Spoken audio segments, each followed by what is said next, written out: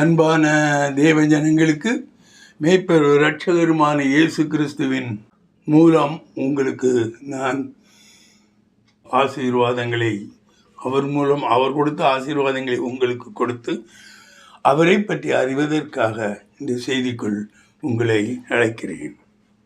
இந்த செய்தியின் தலைப்பு விசுவாச மார்க்கத்தார். நம்மை இயேசு கிறிஸ்துவை விசுவாசிக்கிறவர்களை வேதம் விசுவாச மார்க்கத்தார் என்று அழைக்கிறது. ஒரு தனி அடைமொழி கொடுக்கிறது. இது எல்லோருக்கும் சேர்ந்ததல்ல. விசுவாச மார்க்கத்தார் ஒவ்வொருவரும் விசுவாசிகளாக இருந்தாலும் அவர்கள் விசுவாசம் எப்படிப்பட்டதாக இருக்க வேண்டும் என்பதையும் இங்கு வலியுறுத்துகிறது. எப்படி எந்த விதமான ஒரு பிடியமில்லாத அவன் ஒரு அனாதையாக நின்ற பொழுது ஆபிரகாம் இயேசுக்கு தேவனை விசுவாசித்ததினால் அவனுக்கு கிடைத்த அந்த ஆசீர்வாதம், நீதிமான் என்ற அந்த ஒரு பாக்கியம்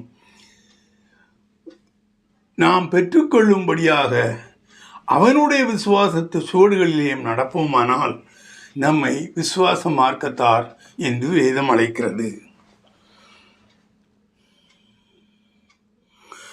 கலாத்தியர் 3:7-9 வாசிப்பீர்களேயானால், ஆகையால் விசுவாச மார்க்கத்தார்கள் எவர்களோ அவர்களே ஆபிரகாமின் பிள்ளைகள் என்று அறிவீர்களா?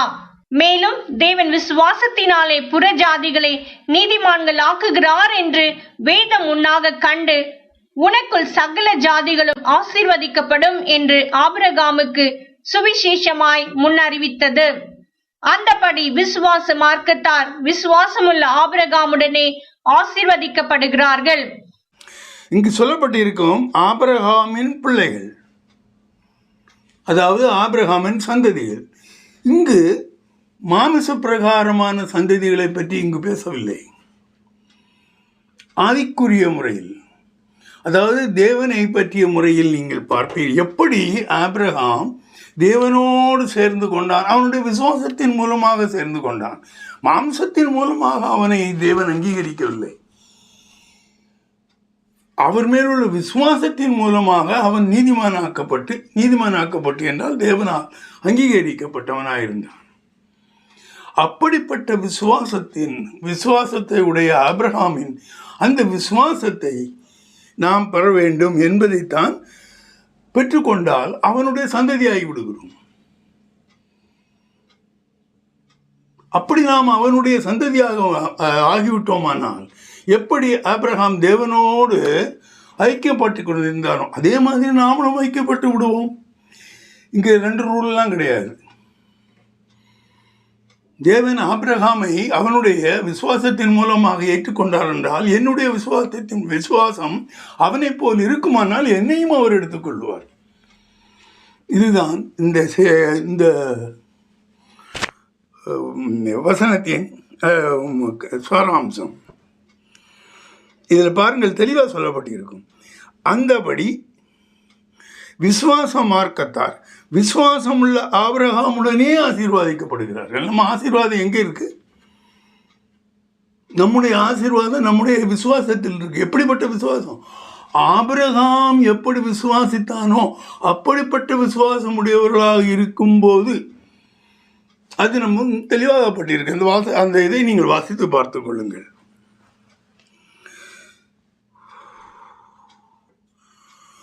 இனி இந்த ஆபிரகாமின் விசுவாசத்தினால் நாம் இணைக்கப்படுகிறோம்.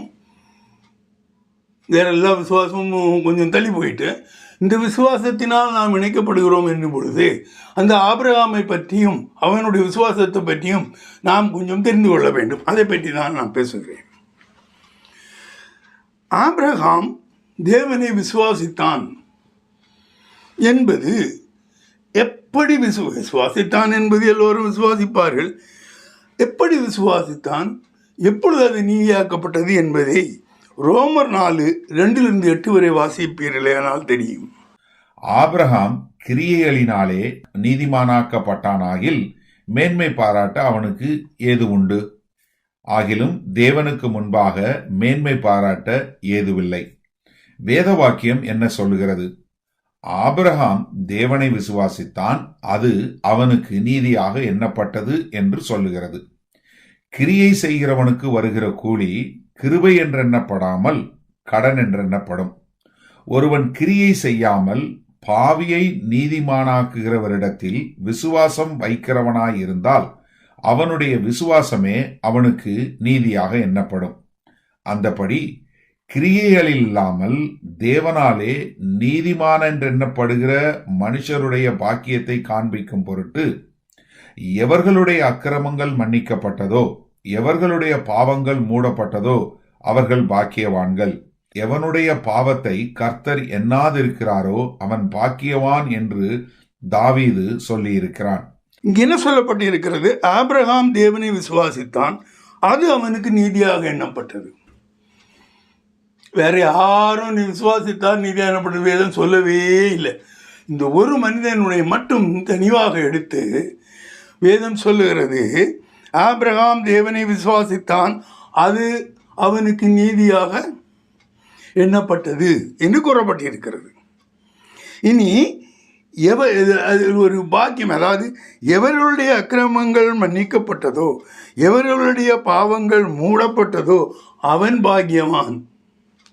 அவன் பாக்கியவான் என்றால் இந்த பாக்கியம் நான் அவரை விசுவாசிக்கும் பொழுது, ஆபிரகாமின் விசுவாசம் என்னுள் வரும் பொழுது என் பாவங்கள் மூடப்பட்டுவிடும், என் அக்கிரமங்கள் நினைக்கப்படாது இருக்கும். இந்த பாக்கியத்தை நான் அறிந்து கொள்கிறேன். ஆகவே தான் அவர் எவனுடைய பாவத்தை கர்த்தர் எண்ணாது இருக்கிறாரோ, பாவங்களும் அக்கிரமங்களும் மன்னிக்கப்பட்டால் கர்த்தர் எண்ணாது இருக்கிறாரோ அவன் பாக்கியவான். அவர் எப்படி எண்ணுவார்? நடுவில் இருக்கக்கூடிய இயேசு கிறிஸ்து அதை எடுத்து விட்டார். அப்பொழுது அங்கே போகாதே, மேலே போவதற்கு நமக்கு இந்த பாவங்கள் அக்கிரமங்களும் தடை செய்யாது. ஆகவே நான் பாக்கியவான். சங்கீதம் 32:1-2 வரை வாசிப்பீர்களேனால் தெளிவாக அதில் தாவீது எழுதப்பட்டிருப்பார். இதே வாசகம் தான் இருக்கும். இவர்களுடைய அக்கிரமங்கள் மன்னிக்கப்பட்டதோ, எவருடைய பாவங்கள் மூடப்பட்டதோ அவன் பாக்கியவான். நீங்கள் பாக்கியவனாக வேண்டும், அப்படியானால் உங்களுக்கு ரட்சிப்பு. கடைசி நாளிலே யார் யார் ரட்சிக்கப்பட்டிருக்கிறார்கள் என்பதை இந்த பாக்கியவானாகவும் கூடிய இந்த சத்தியம் சொல்லும். உங்களுக்கு தெரியும். இனி விசுவாசத்தினால் ஆபிரகாம் நீதிமானாக்கப்பட்டது எப்பொழுது? நாம் இப்போ உட்கார்ந்துட்டு ஆபிரகாம் நீதியாக விசுவாசத்தினால் நீதிமாக சொல்லுகிறோம். ஆபிரகாம் ஆகிறதுக்கு எப்பொழுது அவனுக்கு அந்த பாக்கியம் கிடைத்தது? அது விருத்த சேதனம் பெற்ற பிறகா, இல்லை விருத்த சேதனம் பெறுவதற்கு முன்னாலேயே? ஏனென்றால் நமக்கு விருத்த சேதனம் இல்லை. ஒருவேளை ஆபிரகாம் விருத்த சேதனம் பெற்று அதன் பிறகு அதன் அடிப்படையில் அவன் இந்த காரியங்களை செய்தால் நம்ம அவுட்டு. புரளாதிகளில் எண்ணப்படக்கூடிய நமக்கு அந்த விருத்த சேதனம் இல்லை. ரோமர் 4:9-12 வரை வாசிப்பீர்களேயானால், இந்த பாக்கியம் விருத்த சேதனம் உள்ளவனுக்கு மாத்திரம் வருமோ, விருத்த சேதனம் இல்லாதவனுக்கும் வருமோ?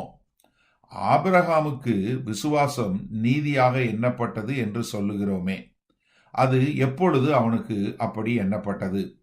அவன் விருத்த சேதனம் உள்ளவனாய் இருந்த போதோ, விருத்த சேதனம் இல்லாதவனாய் இருந்த போதோ?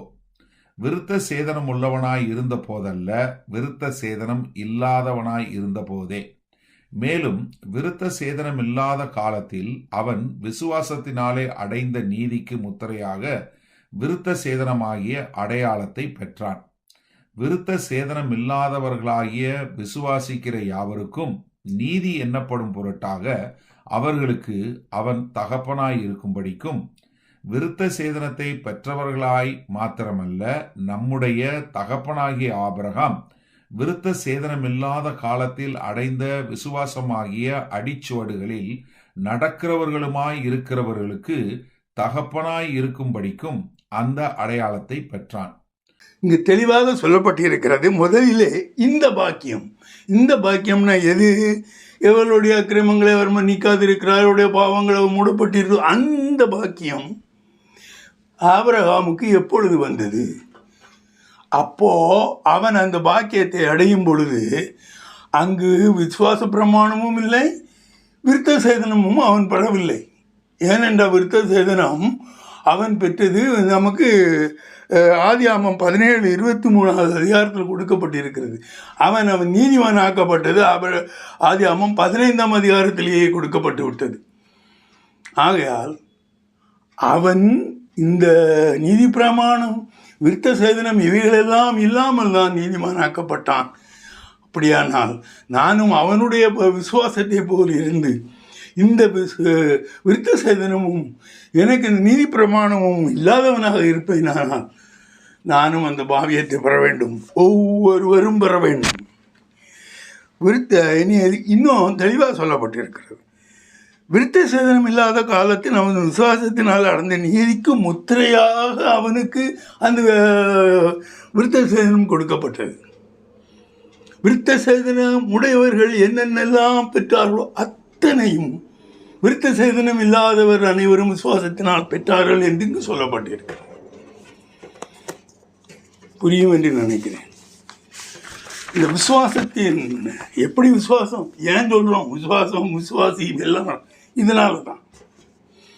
இனி விருத்த சேதனத்தை பெற்றவர்களாய் மாத்திரமல்ல, நம்முடைய தகப்பனாகிய ஆபிரகாம் விருத்த சேதனம் இல்லாத காலத்தில் அடைந்த விசுவாசமாகிய அவனுடைய அடிச்சுவர்களில் நடக்கிறோமாய் இருக்கிற நமக்கு அவன் பெற்ற அந்த பாக்கியங்கள் எல்லாம் நமக்கு பெறும் என்றும் சொல்லப்பட்டிருக்கிறது.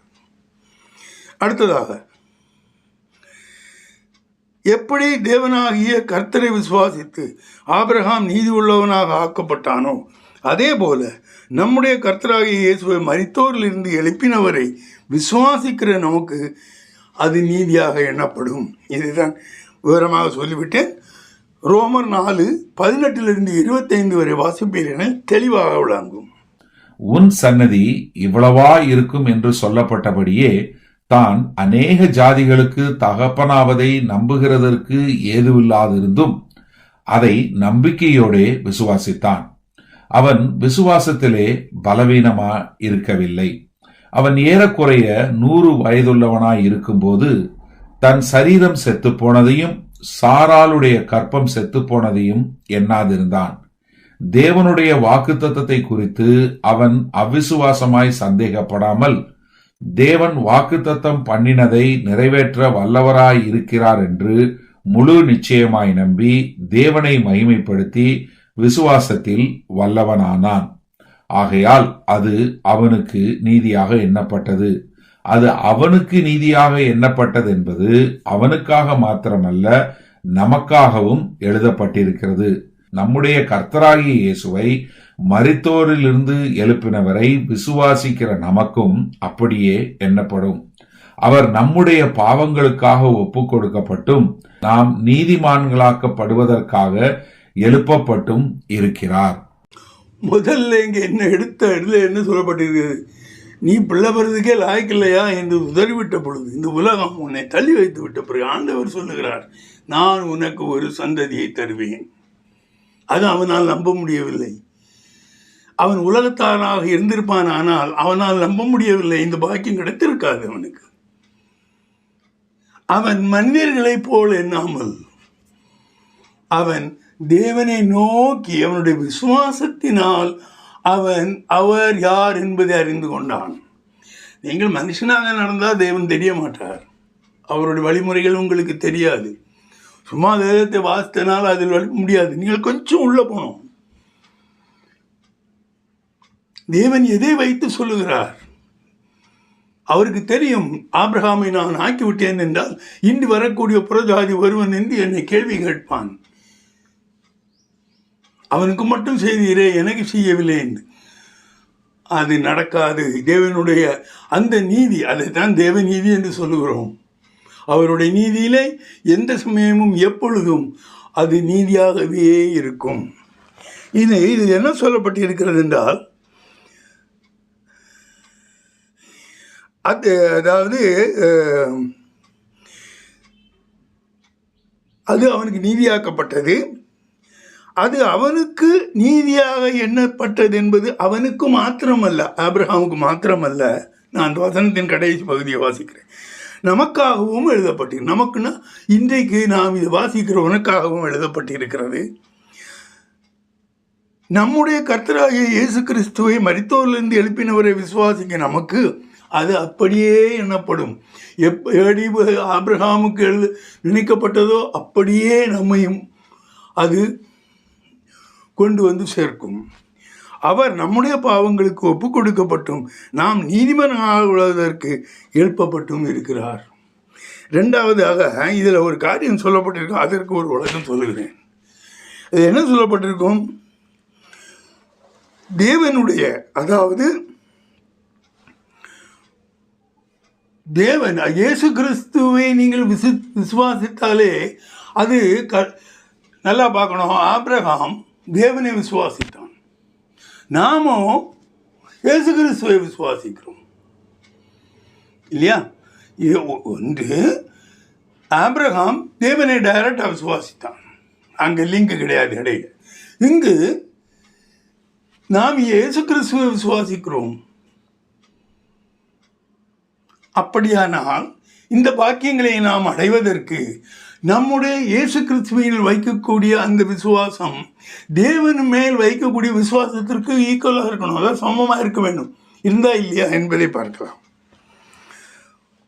1 பேதுரு 1:18-21 வரை வாசிப்பீர்களேயானால், உங்கள் முன்னோர்களால் பாரம்பரியமாய் நீங்கள் அனுசரித்து வந்த வீணான நடத்தையினின்று அழிவுள்ள வஸ்துகளாகிய வெள்ளியினாலும் பொன்னினாலும் மீட்கப்படாமல் குற்றமில்லாத மாசற்ற ஆட்டுக்குட்டியாகிய கிறிஸ்துவின் விலையேற பெற்ற இரத்தத்தினாலே மீட்கப்பட்டீர்கள் என்று அறிந்திருக்கிறீர்களே.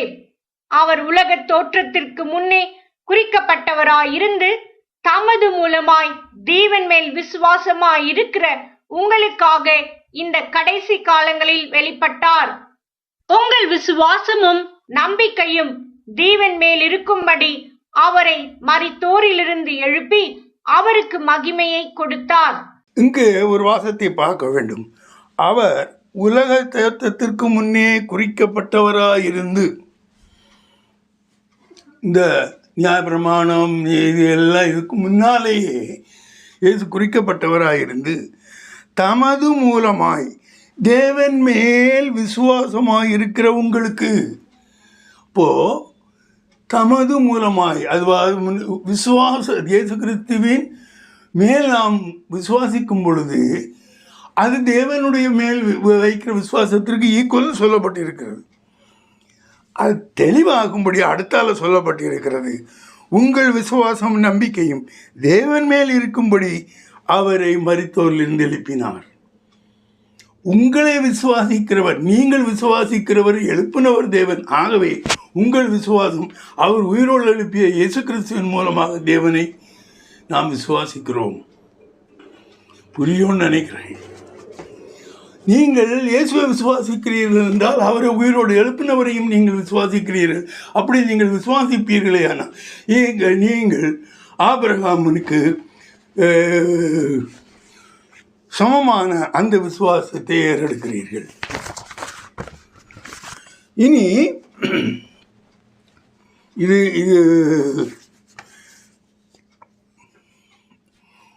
அடுத்ததாக ஆபிரகாம் நீதிமானாக்கப்பட்ட போது நியாயப்பிரமாணம் இல்லாமல் இருந்த காலத்திலும் விருத்த சேதனம் பெற்றுக்கொள்ளாமல் இருந்த காலத்திலும் கர்த்தரை விசுவாசித்ததினால் மட்டுமே அவன் பாக்கியவனானான். அதுபோல் நியாயமாக்க பிராமணத்திற்கு உட்படாமல் இருந்தும் விருத்த சேதனமை செய்யப்படாமல் இருந்தும் தேவனை விசுவாசிக்கிற புறஜாதிகள் எனப்பட்ட யூதர்கள் இல்லாதவர்கள் நீதிமான்களாகவும் ஆபிரகாமின் ஆவிக்குரிய சந்ததிகளாகவும் அறியப்படுகிறார்கள். இவ்வளவு நேரம் நான் சொன்னதுக்கெல்லாம் இது அர்த்தம். ஆபிரகாம் எப்படி விசுவாசித்தான், நானும் அதே மாதிரியாக விசுவாசிப்பேன் என்றால் நான் அந்த பாக்கியத்தை அடைத்துக் கொள்வேன். நான் இயேசு கிறிஸ்துவை விசுவாசித்தால் போதும். அது எபேசியரில் சொல்லப்பட்டிருக்கும். உங்களுடைய விசுவாசத்தின் மூலமாகவும் விசுவாசத்தினாலும் விசுவாசத்தின் மூலமாகவும் நீங்கள் தேவனை விசுவாசிக்கிறீர்கள். கலாத்தியர் 2:15-16 வாசிப்பீர்களே. ஆனால் புற ஜாதியாரில் பிறந்த பாவிகளாயிராமல் சுவாபத்தின்படி யூதராயிருக்கிற நாமும் இயேசு கிறிஸ்துவை பற்றும் விசுவாசத்தினாலே அன்றி நியாய பிரமாணத்தின் கிரியைகளினாலே மனுஷன் நீதிமானாக்கப்படுவதில்லை என்று அறிந்து, நியாய பிரமாணத்தின் கிரியைகளினால் அல்ல, கிறிஸ்துவை பற்றும் விசுவாசத்தினாலே நீதிமான்கள் ஆக்கப்படும்படிக்கு கிறிஸ்து இயேசுவின் மேல் விசுவாசிகளானோம். நியாய பிரமாணத்தின் கிரியைகளினாலே எந்த மனுஷனும் நீதிமானாக்கப்படுவதில்லையே. நியாய பிரமாணத்தினாலே உங்களுக்கு ஒன்றும் கிடைக்கப் போகிறதில்லை என்று எதுவும் சொல்லுகிறது. இது நான் சொல்லியதைத்தான் இங்கு தெளிவாக சொல்லப்பட்டிருக்கிறது.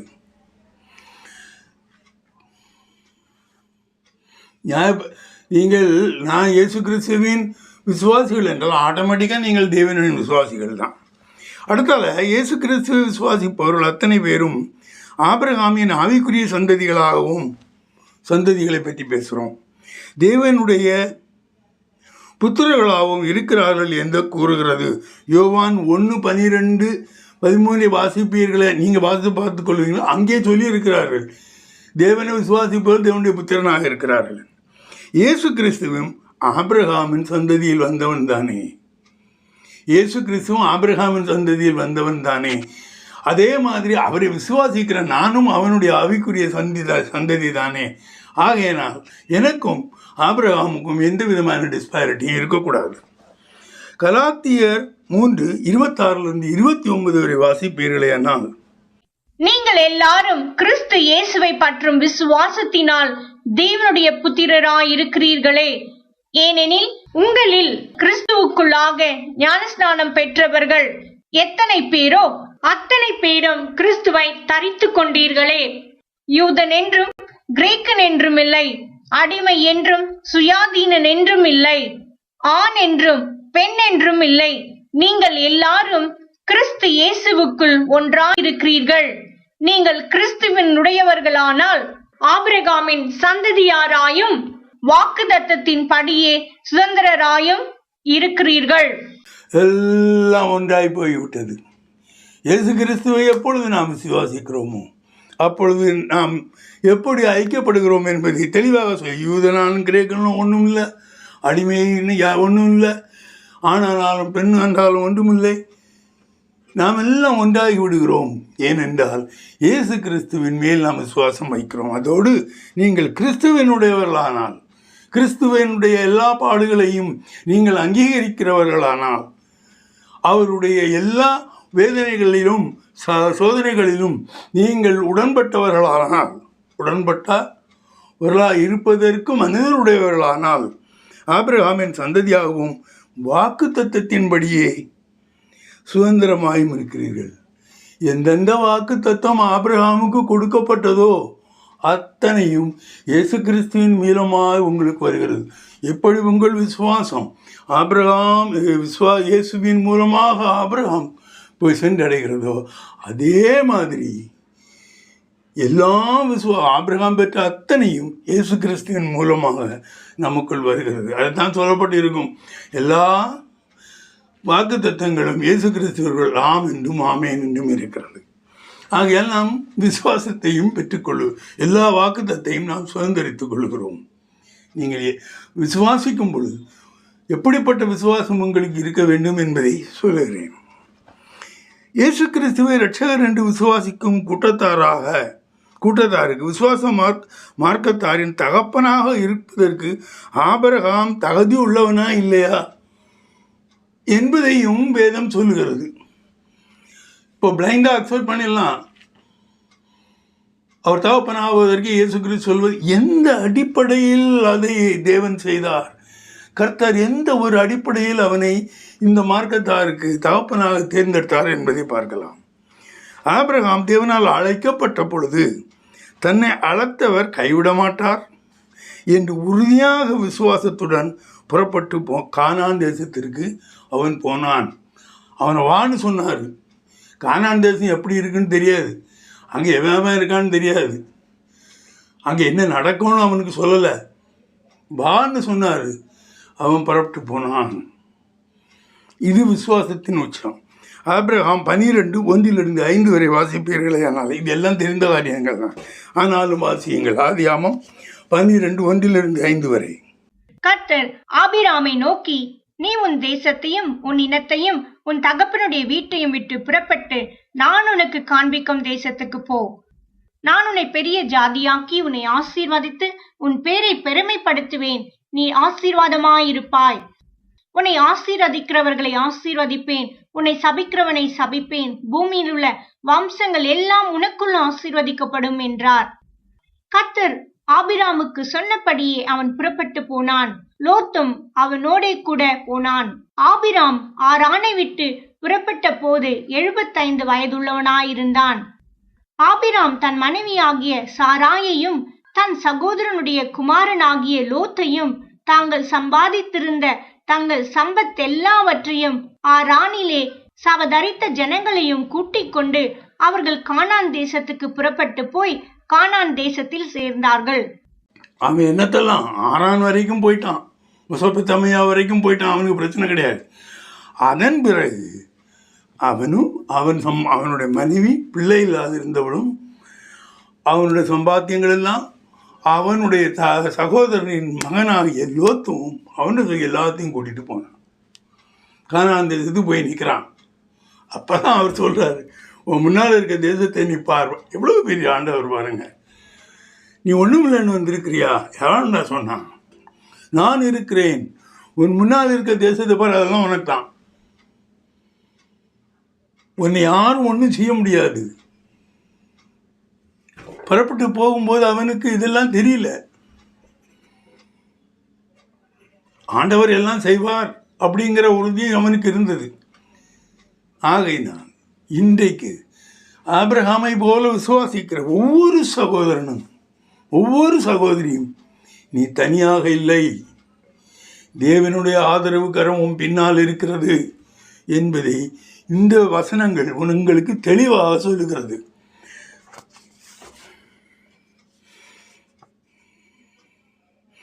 ஆபிரகாம் தேவனுடைய திட்டத்தில் பங்கு கொள்ள அழைக்கப்பட்ட பொழுது தேவனுடைய வார்த்தைகளை நம்பி கீழ்ப்படிந்து தான் போகும் இடம் என்னதென்று அறியாதிருந்தும் புறப்பட்டு போனான்.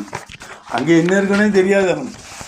நாம் என்னெல்லாம் கேட்போம், அங்கே தண்ணி இருக்கா, அங்கே குளம் இருக்கா, வயல் போட முடியுமா, சாப்பிட்றதுக்கு என்ன இருக்குது, தங்குறதுக்கு என்ன இருக்குது, ரோடு வசதி உண்டா, என்னெல்லாமோ கேள்விகள் கேட்பான். ஒன்றுமே கேட்கல ஆண்டவர்கிட்ட. ஆண்டவர் கூப்பிட்றாரு, நான் போகிறேன்.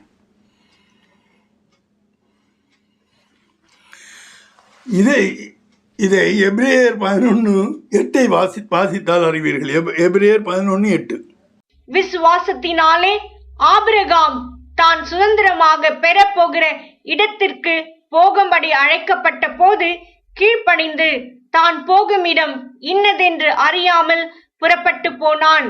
போகும் இடம் இன்னதென்று அறியாதிருந்த பொழுதும் போனான் என்று எழுதப்பட்டிருக்கும். தெளிவாக நான் சொன்னதெல்லாம் அங்கே இருக்கு. இது ஒரு காரணம். அவன் தகப்பனாக அவனை விசுவாச மார்க்கத்தாருக்கு தகப்பனாக ஏற்படுத்தக்கூடியதற்கு இது ஒரு காரணம். இன்னும் ஒரு காரணம், தான் வயதாகி போன போதும் சாராள் பிள்ளை பெறும் பாத்திரத்தை இழந்து போன போதும் தேவன் அவனுக்கு புத்திர சந்தானம் அருளுவேன் என்று சொன்ன பொழுது, ஒன்றுமே உலகத்தை பொறுத்தளவில் அவனுக்கு பிள்ளையே கிடையாது, இருந்த போதும் தேவன் அருளுவேன் என்று சொன்னபோது ஆபிரகாம் தேவனை விசுவாசித்தான். அதற்கு அவன் தேவன் அவனுக்கு நீதியாக எண்ணினார். ஆதியாகமம் 15:1-6 வரை வாசியுங்கள். இந்த காரியங்கள் நடந்த பின்பு கர்த்தருடைய வார்த்தை ஆபிராமுக்கு தரிசனத்திலே உண்டாகி, அவர் ஆபிராமை, நீ பயப்படாதே, நான் உனக்கு கேடகமும் உனக்கு மகா பெரிய பலனுமாயிருக்கிறேன் என்றார். அதற்கு ஆபிராம், கர்த்தராகிய ஆண்டவரே, அடியேனுக்கு என்ன தருவீர்? நான் பிள்ளை இல்லாமல் இருக்கிறேனே. தமஸ்கு ஊரானாகிய இந்த எலியேசர் என் வீட்டு விசாரணை கர்த்தனாய் இருக்கிறானே என்றான். பின்னும் ஆபிராம், தேவரீர் எனக்கு புத்திர சந்தானம் அருளவில்லை, இதோ என் வீட்டிலே பிறந்த பிள்ளை எனக்கு சுதந்திரவாளியாய் இருக்கிறான் என்றான். அப்பொழுது கர்த்தருடைய வார்த்தை அவனுக்கு உண்டாகி, இவன் உனக்கு சுதந்திரவாளி அல்ல, உன் கற்பப்பிறப்பாய் இருப்பவனே உனக்கு சுதந்திரவாளி ஆவான் என்று சொல்லி அவர் அவனை வெளியே அழைத்து, நீ வானத்தை அண்ணாந்து பார், நட்சத்திரங்களே என்ன, உன்னாலே கூடுமானால் அவைகளை எண்ணு என்று சொல்லி பின்பு அவனை நோக்கி, உன் சந்ததி இவ்வண்ணமாய் இருக்கும் என்றார். அவன் கர்த்தரை விசுவாசித்தான், அதை அவர் அவனுக்கு நீதியாக எண்ணினார். இங்கு இந்த காரியங்கள் நடந்த பின்பு என்பது அந்த ராஜாக்கள் லோத்தை பிடிச்சிட்டு போயிடுவான். இங்கே உள்ள ராஜாக்கள் சொதோம் கொமோராவில் உள்ளவங்க பிடிச்சிட்டு போயிடுவாங்க. ஐயோ, ஆபிரகாம் அவனுடைய ஆள்களை கொண்டு போய் அவங்களெல்லாம் பிடிச்சி எடுத்துகிட்டு வருவார்.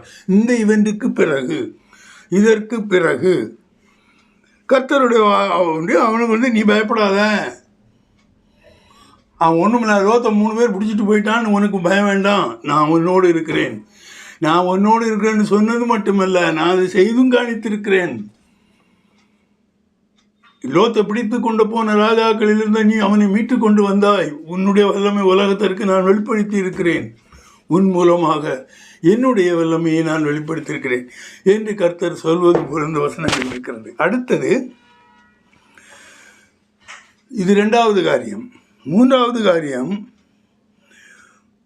ஆபிரகாம் விசுவாசத்தினால் சோதிக்கப்பட்டு அதன் மூலம் ஆபிரகாம் விசுவாச வீரன் என்ற பெயர் பெற்றான். தன் மகனாகிய ஈசாக்கை பலி கொடுக்க நிர்பந்திக்கப்பட்ட பொழுது வாக்குத்தத்தம் செய்தவர் நிச்சயமாக அதை நிறைவேற்றுவார், அவர் உண்மை உள்ளவர் என்பதை விசுவாசித்து அவன் ஈசாக்கை பலியாக கொடுத்தான். அந்த எங்கெல்லாம் அந்த விசுவாசம், அந்த ஒரு மனிதனுடைய விசுவாசம் இருக்கிறது பாருங்க, நம்ம செய்வோமா? ஆனால் அவனுக்கு தேவன் என் மகனை பலியாக கொடுன்னோன்னு ஒன்று தான் ஞாபகம் வந்து, நம்ம என்ன மகனை கட்டி பிடிச்சிட்டு அழுவோம், ஐயோ என் மகனை ஆண்டவர் எடுக்கிறாரே, அவர் நிறைய குற்றம் சொல்லுவோம், இப்போ தானே கொடுத்தாரு அதுக்குள்ளே எடுக்கிறீரே, இது நல்லதான்னு அவரை பற்றி கேள்விகள் கேட்போம். அவன் கூலாக உட்காந்து என்ன செய்தான்? ஆதியாகமம் 17:19 யோசித்து பார்த்திருப்பான். அவர் என்ன சொன்னார்? ஈசாக்கு மூலம் உன் சந்ததிகள் பெருகும், அவன் மூலமாக சந்ததிகள் எல்லாம் பெருகும் என்று சொல்லக்கூடியவர் அவனை எப்படி கொல்ல முடியும்? அப்படி கொண்டாலும் அவர் 2வது உயிர்ப்பித்து நமக்கு கொடுப்பார் என்ற ஒரு விசுவாசத்தில் அவன் நீதிமானாக பண்ணப்பட்டான். வாசியங்கள் எபிரேயர் 11:17-19 வரை. மேலும் விசுவாசத்தினாலே ஆபிரகாம் தான் சோதிக்கப்பட்ட போது ஈசாக்கை பலியாக ஒப்புக் கொடுத்தான். ஈசாக்கின் இடத்தில் உன் சந்ததி விளங்கும் என்று அவனோடே சொல்லப்பட்டிருந்ததே. இப்படிப்பட்ட வாக்கு தத்தங்களை பெற்றவன் மரித்தோரிலிருந்து எழுப்ப தேவன் வல்லவராய் இருக்கிறார் என்றெண்ணி தனக்கு ஒரே பேரானவனையே பலியாக ஒப்புக் கொடுத்தான். மரித்தோரிலிருந்து அவனை பாவனையாக திரும்பவும் பெற்றுக்கொண்டான். தெளிவாக சொல்லப்பட்டு ஈசாக்கினிடத்தில் உன் சந்ததி விளங்கும் என்று அவனோடு சொல்லப்பட்டிருந்ததே. அவன் சொல்கிறான் ஆண்டவரை பார்த்து, வேற ஒன்றும் சொல்லலை. ஈசாக்கு மூலம் என் சந்ததி வரும்னு சொன்னீரே, எப்படி நீர் அவனை பலியாக கேட்கிறீர்? அப்படின்னா நான் வந்து கொடுப்பேன், ஆனால் நீர் திரும்ப எனக்கு ஈசாக்கு திரும்ப கொடுக்க வேண்டும், ஏனென்றால் உமது வாக்குத்தத்தம் நிறைவேற வேண்டும். விசுவாசம் என்ன வேலையை செய்கிறது பாருங்கள். மரித்து போன மகனை உயிரோடு எழுப்பி கொடுத்தார். அதை பார்த்து பாருங்க. மீதி உள்ள காரியங்களை 22வது அதிகாரம் நினைக்கிறேன், 22வது அதிகாரத்தில் பூரா வாசிக்கலாம். அடுத்ததாக 3வதாக அவனை ஏன் தகப்பன் என்று நாம் சொல்லுகிறோம் என்பதற்கான காரியங்களை சொல்லி வருகிறேன். இந்த 2 காரியங்கள் சொல்லிவிட்டோம். இனி இதெல்லாம் முடிந்தது. பவுலடிகளால் ஒரு விசுவாசத்தை பற்றி பேசுகிறார். அது ரட்சிப்புக்கேற்ற விசுவாசம். விசுவாசம் இருக்க வேண்டும். அது இவனை நம்ம ஆபிரகாமை போன்ற விசுவாசம் இருக்க வேண்டும். ஆனால் ஆபிரகாம் காலத்திலே இயேசு கிறிஸ்து இல்லாததினால் அவன் ஒரு சில பாகங்களை அதில் சேர்க்காமல் போனான்.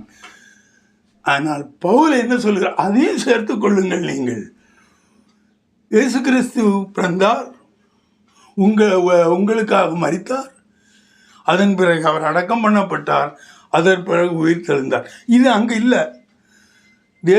ஆபிரகாமின் விசுவாசத்தில் இல்லை. அதை நீங்கள் இப்போ சேர்த்துங்க. ஏன்னா இயேசு கிறிஸ்துவின் மூலமாக உங்களுக்கு ரட்சிப்பு கிடைக்கிறது. வாசியுங்கள் 1 கொரிந்தியர் 15 2-5 வரை. நான் உங்களுக்கு பிரசங்கித்த பிரகாரமாய் நீங்கள் அதை கை கொண்டிருந்தால் அதனாலே நீங்கள் ரட்சிக்கப்படுவீர்கள். மற்றபடி உங்கள் விசுவாசம் விருதாவாய் இருக்குமே. நான் அடைந்ததும் உங்களுக்கு பிரதானமாக ஒப்புவித்ததும் என்னவென்றால், கிறிஸ்துவானவர் வேத வாக்கியங்களின்படி நமது பாவங்களுக்காக மரித்து அடக்கம் பண்ணப்பட்டு வேத வாக்கியங்களின்படி 3ஆம் நாளில் உயிர்த்தெழுந்து கேபாவுக்கும் பின்பு 12 தரிசனமானார். இது தெளிவாக இருக்கும். அவன் ஏன் விசுவாசிகளுக்கு விசுவாசம் மார்க்கத்தாருக்கு ஏன் அவன் தகப்பனானான் என்பதை நம்ம தெளிவாக பார்த்தோம்.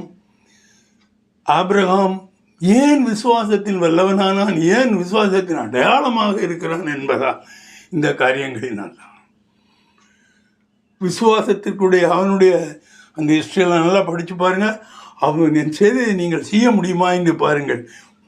முடியலையோ அவன் நடந்த பாதையிலே நீங்கள் நடப்பீர்களே, ஆனால் விசுவாசம் மார்க்கத்தார் அந்த கூட்டத்தார் செவோடு சேர்ந்து கொள்வீர்கள். விசுவாச மார்க்கத்தாராக இருப்பவர்கள் இரட்சிப்புக்கேதான விசுவாசத்தை கொண்டிருக்கிறார்கள். விசுவாசத்தில் தொய்ந்து போன நிலையிலிருந்து ஒவ்வொரு விசுவாசிகளும் ஆபிரகாமை போல தேவனிடம் விசுவாசமாக இருக்க வேண்டும் என்பதை தான் இந்த செய்தி வலியுறுத்துகிறது. அன்பான பிதாவை, மெய்ப்பெரு இரட்சகருமான இயேசு கிறிஸ்துவே, அன்றாடம் வழி நடத்தும் ஆவியானவர், நீ தெரிந்து கொண்ட அந்த ஆபிரகாமை வைத்து என்னென்ன காரியங்களை எல்லாம் எங்களுக்கு சொல்லிக் கொடுத்தீர். அவனை நீர் ஒரு கூட்டமாக தனியாக அவன் மூலமாக வர செய்தாலும் புறஜாதிகளாக இருக்கக்கூடிய நாங்கள் எப்படி அவனோடு சேர்ந்து கொள்ள முடியும் என்பதையும் எங்களுக்கு தெளிவுபடுத்தி அந்த ஆபிரகாமோடு சேர்ந்து நாங்களும் பாக்கியங்களை பெற்று அதன் மூலமாக எங்களுடைய நித்திய ஜீவனை அடைவதற்கு நீ வழி செய்திருக்கிறீர். இப்படி செய்த உமக்கு நன்றி. ஒவ்வொரு மனிதனையும் அவனுடைய மனிதையும் ஆபிரகாமுடைய விசுவாசத்துக்கு நேர் திருப்புவதற்கு உமக்கு கோடான கோடி நன்றி. அன்பான பிதாவை, ஆமென்.